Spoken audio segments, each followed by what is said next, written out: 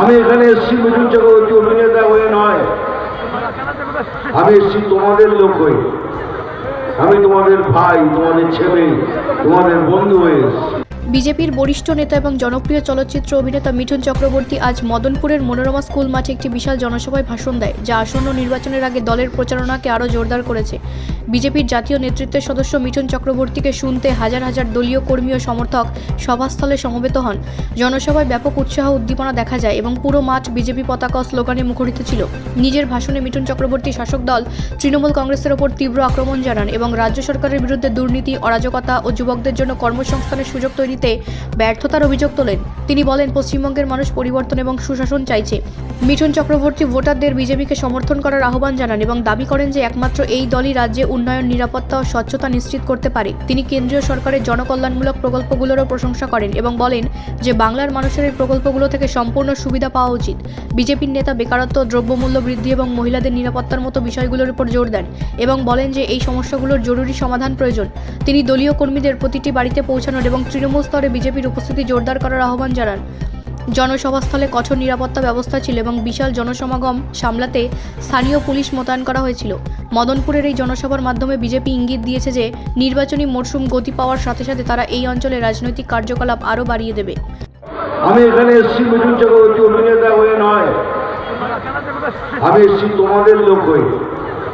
আমি তোমাদের ভাই, তোমাদের ছেলে, তোমাদের বন্ধু হয়ে এসেছি। কারণ আমার এখানে যাওয়ার অনেক জায়গা আছে, এখানে এলাম কেন? তোমাদের সাথে দেখা করতে, তোমাদের বলতে, তোমাদের বোঝাতে কি করা উচিত, কি না করা উচিত।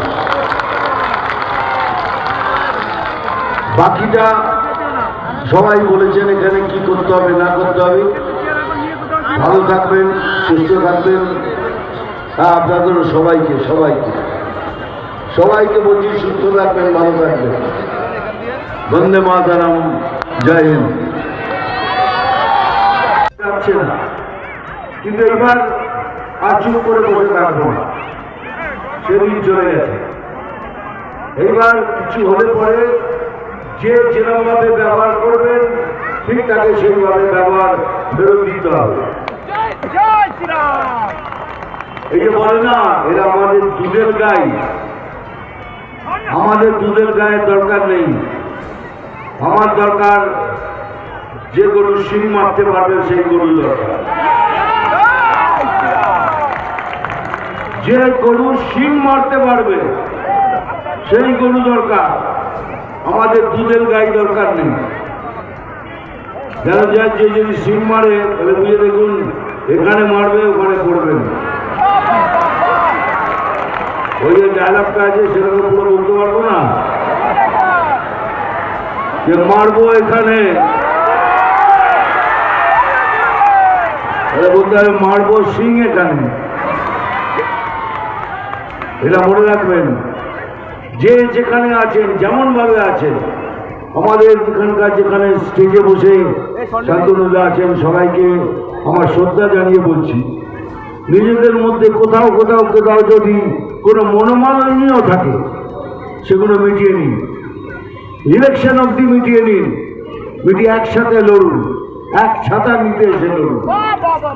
এবারে আমাদের জিততেই হবে, জেতাটা আমাদের দরকার।